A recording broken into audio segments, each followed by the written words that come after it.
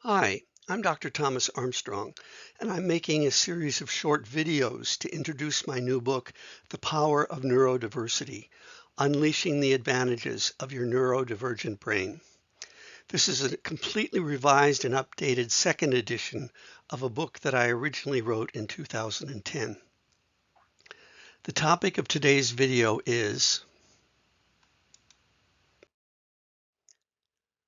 assistive technology apps for people with mood disorders. The first set of apps I want to highlight are mindfulness and meditation apps. And I'm going to give you an example of each of these bullet points as I go through. This mindfulness and meditation app is called Insight Timer, and it's actually one that I use. This is a mindfulness and meditation app to help users relax, manage stress, focus, and improve their mood. It offers courses, guided meditations, and mindfulness exercises on subjects like stress, general anxiety, worry, and building resilience. Users can choose from hundreds of meditations led by world-class experts from all walks of life.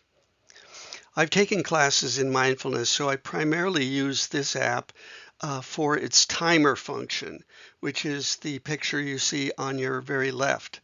It's a very simple mechanism. You just set the timer for the amount of time that you want to meditate. I meditate 30 minutes a day. And then you indicate what bell you'd like to ring, the quality of it, and what bell you'd like to end the meditation session with, and whether you want any intermediate bells to kind of let you know, you've meditated 20 minutes, you've got 10 minutes left, or something like that. It doesn't say that. This is just what you can program the bell to do. And so at any rate, you can use that just for that, as I do, and or you can take, as it says, hundreds of different courses, perhaps by this time thousands of different courses from a lot of really great people.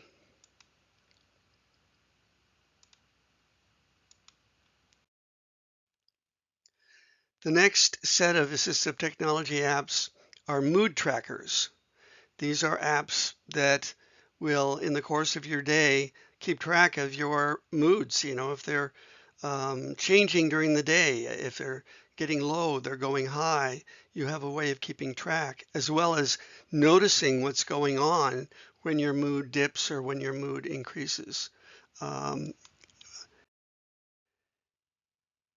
The app I'm going to highlight here is MoodFit. It's a mood tracker app that monitors thoughts, mood, sleep patterns, foods eaten, exercise routines, and more. It helps track what things elevate and depress mood.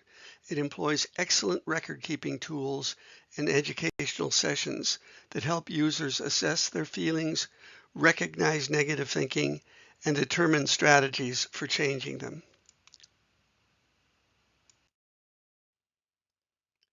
The next category is online therapy platforms. These are websites essentially where you make contact with an actual living, breathing therapist who charges, I'm not sure what the rates are now, but not as much as many therapists charge, put it that way. One that I have noticed and would like to talk about is Talkspace. It provides 24/7 online access to live therapy with licensed medical professionals through video, text, and/or audio channels. It does have a cap of 5 minutes for audio messages. Insurance may cover its use, but some reviewers suggest that you prepare for long wait times or insurance red tape.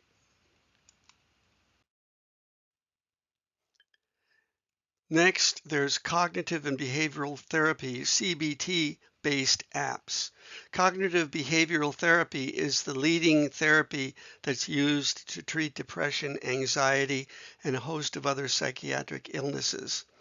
It involves, they're generally short-term sessions that involve identifying negative thinking and behavior patterns, and then identifying ways in which you can change those, reframe your negative thinking into positive thinking, and so forth. An app that uses CBT is Sanvello from the United Health Group company. This app helps users monitor how they're feeling so they can track their emotions and mental health progress over time. As patterns are identified, Sanvello will provide customized tools rooted in cognitive behavioral therapy to keep users on the path to feeling better. It includes help with coping techniques, meditations, and goal and mood tracking. So this has a mood tracker feature already built into it. And then finally, I wanted to talk about apps that involve relaxation through music. In particular, Amazon Music and Apple Music, two different ways of accessing basically over 100 million songs in all genres. Both services enable users to create their own personal playlists.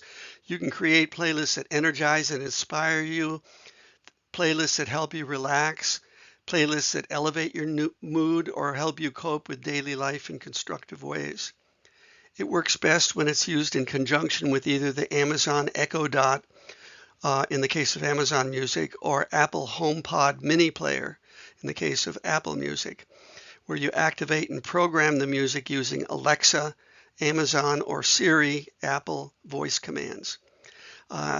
You're looking at my homepage for my own subscription to Amazon Music. I use it for a lot of different reasons. I have over 70 playlists, and if you'll notice, there are playlists listed by year. And what I've done is I've recorded or put on my playlist songs from every year of my life, starting in 1953.